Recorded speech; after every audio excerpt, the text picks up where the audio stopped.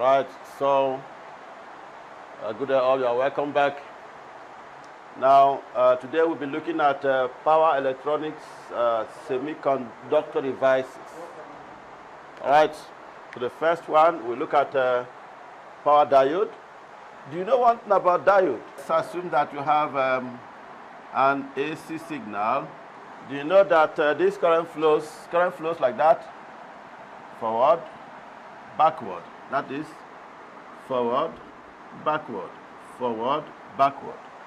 All right. So, if I put a diode here, wow, it will now look like this. Forward. Now, backward, this will be reverse bias. It will block it. So you will get nothing. Then under forward, nothing. Forward, nothing. Like that. And this power diode, you can use it for a high power application. All right. In terms of switching, remember that this is a switch. This is on forward, it conducts forward, but on reverse, it blocks. So it's like on, off, on, off. It has a slow to fast switch. It will conduct in one direction and block in reverse direction, conduct in one direction, block in reverse direction. As far as this signal, the source signal is an AC signal. You don't control it. Just once it's there, all right, the turn off is uncontrolled. Uncontrolled turn off. And then also uncontrolled turn on. So it turns on its own based on this supply, and then turns off. All right, so we put it there, it will be turning on, off, okay? And it can be used for a high power application. And in terms of switching, it's slow to fast switch. Okay? Now we have thyristor. Remember we said this one is a diode. You just put it there. You don't need to do anything. It will be switching on, off, on, off, on, off. What about if I want to control the time to turn on? Okay, then I need to get a diode. I need to get a diode and put a gate. All right, so the essence of putting this is to see how I can control this turn on time. Okay, or turn on stage. All right, so in other words, before this can turn on, there must be a signal here at this gate. Okay, now that is now, this we now call a thyristor. Okay, so that means with the thyristor, I want to control the turn on. I want to control this, so that I want to see if I can get something that looks like that. Maybe like this, start from here, finish, off, then on here, like that. If you check, you see that the average value of this is different from the average value of that. So now I've actually now added just a small thing. I've put this signal at this firing angle alpha.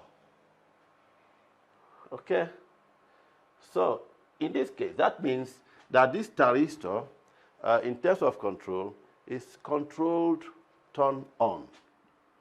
Controlled turn on, but in terms of off, it's uncontrolled. It's still a diode. So when the current is flowing, if I put this here, all right, I can control it in such a way that before this start conducting, there must be a signal there. So, and I will maybe have a short time before I will apply the signal that will start conducting. Now on reverse, it blocks it. Okay, so that means it's controlled turn on and uncontrolled turn off. In other words, you don't need to do anything. It will turn off on its own. Okay? When the source is on reverse. Okay? Reverse biased. So once it's reverse biased, it blocks this negative signal. Okay? And this kind of switch has also up to a very high power rating. It's a slow switch. And what you use to control this must be current. So it's current controlled. So in other words, there must be a minimum amount of current that is required, right, to turn that on. So it's current controlled. All right, I'm sure you should remember this. This says slow switch. Slow switch. All right. Now that's number 2. Now the next again, number 3, is okay. Remember, there are methods that we can also use to turn on this thyristor. The methods we can use to turn it on. So methods or the turn on methods of a thyristor. Turn on methods. Methods of turning on a thyristor. So have the first method is high voltage turn on. High voltage turn on. We have high temperature turn on. We have light turn on. We have DVDT turn on. And we have gate turn on. Okay? The gate turn on is a current gate pulse, where you put a pulse here. All right, that's a current gate pulse or forward biased techniques. Now, what about methods you can use to turn it off? Okay, so what are the methods that we can use to turn off? Remember, the first method is what we call line commutation. Line commutation. What does that mean? Remember that the line current, the current flowing through here is sinusoidal. All right. So now, when it goes forward, this conducts. On reverse, now, once it's reverse biased, it blocks the flow. So it's line commutated. So the turning off is just based on the nature of this system, the nature of that signal. Then we say it's line commutation. But you can even also have a forced commutation, okay, to turn it off. So when you can put a negative signal, all right, to that gate, and then it turns off.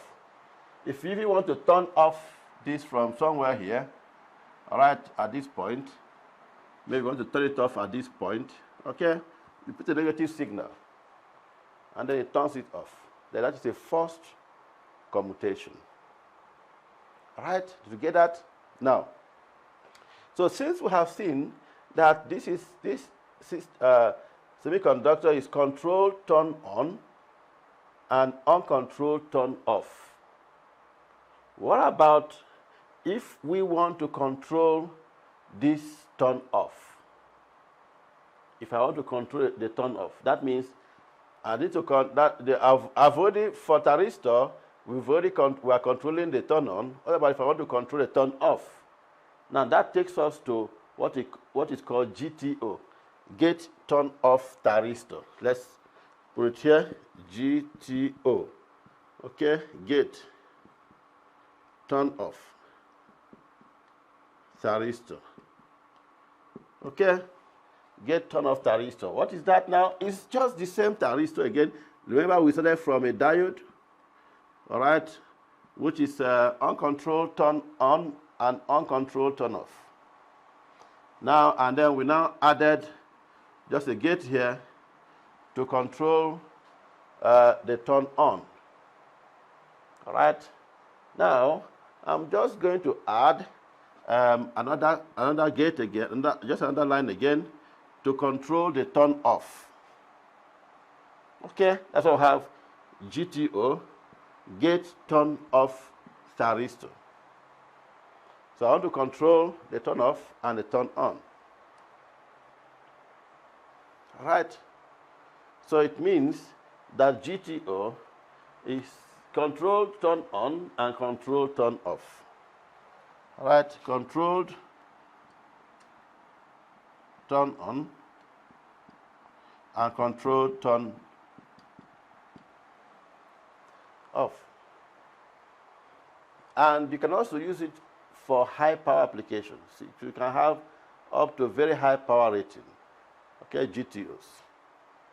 Okay, it's a slow switch. This current, there must be a minimum amount of current that will be required to turn that on. So it's current controlled. Current controlled. It's a slow switch. Okay. Now, and also up to very high power rating. All right. That is GTO. Did you get that? And then we can also say, okay, let's see if we can have two diodes, or one diode and one thyristor, and we place them opposite each other to get another kind of semiconductor devices that we call Triac. All right. So remember, for this, we have a diode. This is supposed to be this diode, right? And this other diode. So this is supposed to be like that, and this will be like this. Okay, that's all. Now, I just need to have one like a thyristor, and this one is a full diode. So this, now we said this is a Triac. With Triac, you can also have, this kind of application can have only low power rating, slow switch, and the kind of signal that you put here is current. You must know that it's current controlled, and it's also controlled turn on. Before current can flow through here to that side, there must be something here. So it's a controlled turn on. Controlled turn on because of what we have here. But on turn off, on reverse, now this is going to be, this one will block it. This will block any reverse. So it's uncontrolled. Uncontrolled turn off. Okay? Did you get that? Now, that is Triac. We also have power BJT. That is power bipolar junction transistor. Another semiconductor devices is power bipolar junction transistor, power BJT. All right, so in this case, for power BJT, we just need to have a base, all right? If you did some electronics, okay, we'll have that like that. So this is a base, and then current can flow through. Before current can flow through here, out of the emitter, this is our collector, and this is our base. Before current can flow through here, there must be a signal on the base. That's a BJT. All right? And the characteristics one is that you can also use it up to high power rating application, and it's faster or medium fast switch compared to the rest of switches. Remember, as I said, these are switches, okay? Because this can switch on, off, on, off. All right, this is BJT, which is bipolar junction transistor. It's a little bit faster than the rest here. So that's what I said, it's medium fast switch. and is controlled turn on. There must be a signal here, before this current can flow through collector down to emitter. And also control turn off. If I have a negative signal, then it turns off. So this is controlled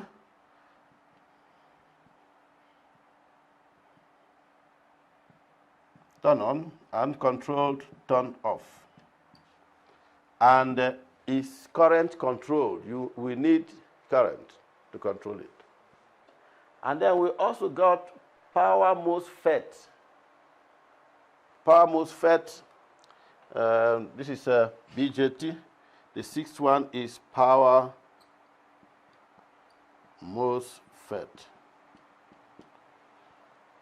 Metal oxide silicon field effect transistor. MOSFET. Okay? Now, with a MOSFET, you have the base like that, all right? And then just have some like terminals.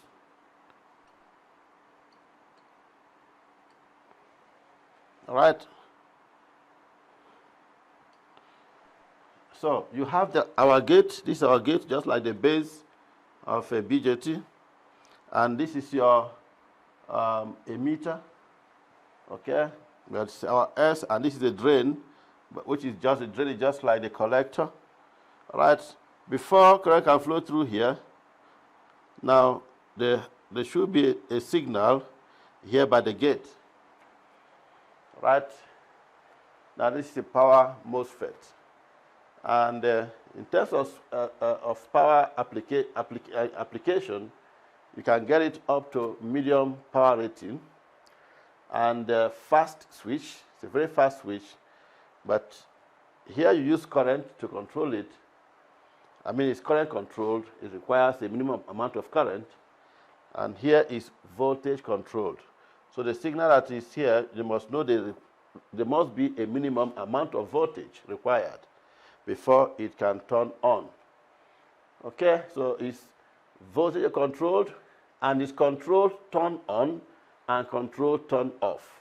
Before this can turn on, there must be a positive signal, and for it to turn off, there should be a zero signal or negative signal. Okay? So that means here we have up to medium voltage power rating, faster switch, voltage controlled, control turn on, and control turn off.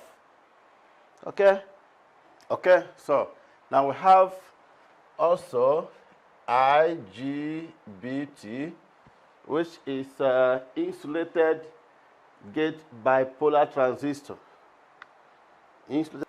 So this is a typical type. This is a typical IGBT, right? An insulated gate bipolar transistor. You can find this kind of transistor, different forms. All right. So now, with IGBT,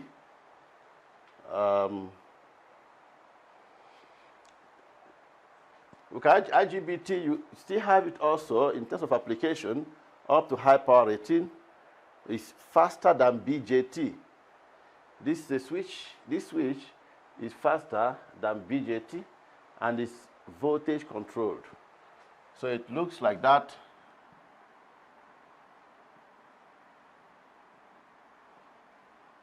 All right. So typical IGBT.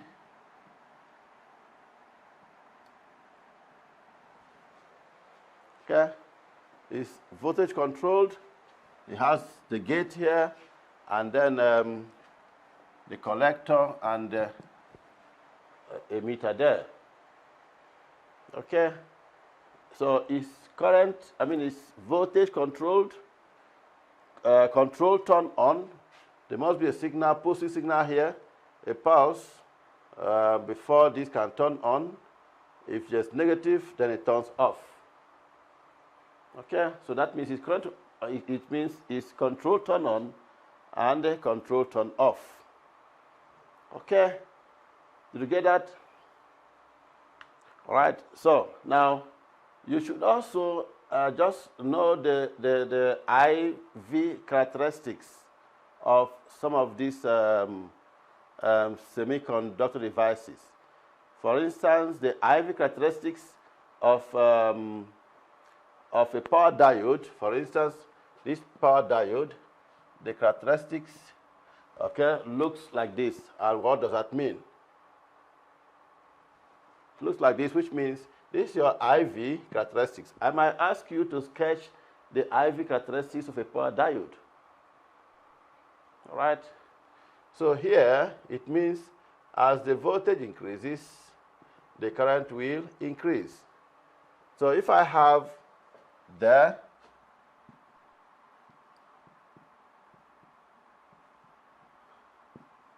so as the voltage increases, the current flowing through here will also increase, right? That is one in forward, when it is forward biased, or in this forward direction. But on reverse, which is now this side, all right, if you increase the, let's do it like this. If you increase the voltage, there will be no current flowing, okay, because it is blocked. On reverse is blocked. All right, so there will be nothing until, but if the voltage gets to a certain value that is higher than the peak inverse voltage or the reverse blocking voltage of this diode, then it will open it. It will, it will destroy that, and then this can now be normal like a resistor. Okay. So that is here. At this point, the voltage is increasing until you get to a particular point here, all right? And then the current now increases. Okay. So current can now flow through forward and backward. That is the IV characteristics of a diode.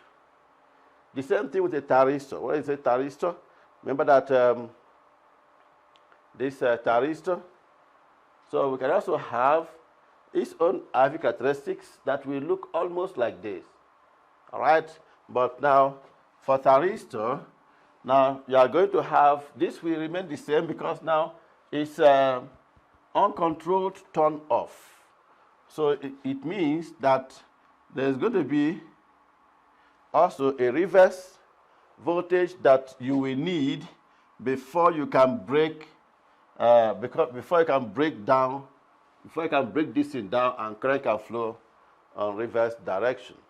Okay, so now on reverse, okay, because this is going to block, it will block on reverse, so you still have this that looks like that of a diode. Okay, but on the when this is forward biased, all right, in the positive direction, now you can have this still an IV like Ohm's law, all right, with that same characteristics, but are different, depend on the region. So you already have this just to show different conditions, okay, of the current flowing, okay, whether the current is more than 0, the current flowing to the gate is more than 0 or equal to 0. Okay, but normal on-state condition is that as this I increases, the voltage increases, the current increases. Okay, so you have that. That is for a thyristor. Okay, so you just use the same concept when you come to gate turn on. Gate turn on will look like that, almost like this, of a diode, this GTO. Okay, looks like that, almost like that of a diode.